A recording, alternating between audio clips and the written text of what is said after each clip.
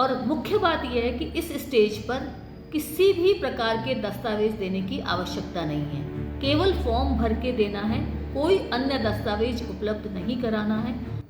राजस्थान राज्य में मतदाता सूचियों का गहन पुनरीक्षण का कार्य किया जा रहा है। गहन पुनरीक्षण का उद्देश्य यह है कि कोई भी मतदाता अपने वोटर लिस्ट से छूटे नहीं और जो भी गलत रूप से जुड़े हुए हैं वो लोग उस वोटर लिस्ट में नहीं रहे। वोटर लिस्ट की पूरी प्योरिटी बनाए रखने के लिए ये गहन पुनरीक्षण इस बार किया जा रहा है और आज दिनांक से बीएलओ द्वारा घर घर जाकर एनुमरेशन फॉर्म गणना प्रपत्र दिया जाएगा और सभी टोंक के सभी मतदाताओं से मेरा आग्रह है कि वो बीएलओ के साथ बैठ के और इस गणना प्रपत्र को, इसकी एंट्रीज को समझें। बहुत ही सिंपल भाषा में ये एक पेज का गणना प्रपत्र बना हुआ है जिसमें कुछ प्री फिल्ड होंगे, कुछ एंट्रीज पहले से मतदाता का नाम और वो सब पूर्व से ही लिखा हुआ होगा और कुछ एंट्रीज मतदाता को स्वयं करनी है। इसके बारे में भी बीएलओ उसे गाइड करेगा और मतदाता का इसका मुख्य जो कार्य है वो है उसे एक कलर्ड फ़ोटो, अपनी वर्तमान की जो कलर्ड फ़ोटो है वो उसको पेस्ट करनी है और साथ ही गणना प्रपत्र में जो भी कॉलम भरे हुए हैं उसमें से उनको भरना है। और मुख्य बात यह है कि इस स्टेज पर किसी भी प्रकार के दस्तावेज देने की आवश्यकता नहीं है। केवल फॉर्म भर के देना है, कोई अन्य दस्तावेज उपलब्ध नहीं कराना है। मैं सभी मतदाताओं को ये बताना चाहूँगी कि टोंक ज़िले में लगभग हम लोग 67% की हम मैपिंग कर चुके।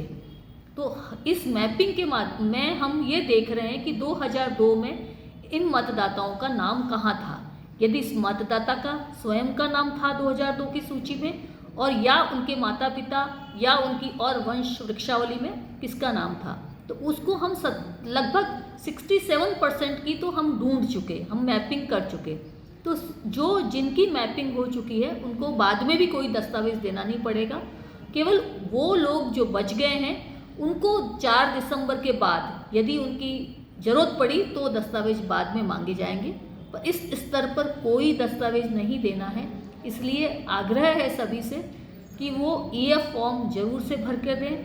ईएफ फॉर्म आप बीएलओ को स्वयं भी दे सकते हैं या फिर ऑनलाइन भी भर सकते हैं। बच्चे या कोई बाहर नौकरी के लिए या अन्य कार्य के लिए बाहर है तो या यहाँ रहते हुए भी ऑनलाइन फॉर्म भी भरा जा सकता है। और उसके बाद 1 महीने तक हमारा बीएलओ जो है, यदि आप घर में नहीं मिलेंगे तो 3 बार चक्कर लगाएगा। 3 बार बीएलओ आपके घर आएगा। बीएलओ को बाकायदा आइडेंटिटी कार्ड दिए हुए हैं, उसको बीएलओ की कैप दी हुई है, एक बीएलओ का बैग दिया हुआ है। उन सब चीज़ों से आप पहचान सकते हैं कि ये कोई फ्रॉड व्यक्ति नहीं है, बीएलओ है। आइडेंटिटी कार्ड देखकर आप उनका पूरा सहयोग करें और ईएफ फॉर्म को अवश्य भरकर सबमिट करें। मैं आग्रह करूंगी यदि ईएफ फॉर्म यदि भर के नहीं दिया तो जो नई मतदाता सूची का जो ड्राफ्ट बनेगा उसमें नाम शामिल नहीं होगा। उसके लिए फिर आपको ऑब्जेक्शन फाइल करना पड़ेगा और वो एक थोड़ा सा टिकलिश रहेगा।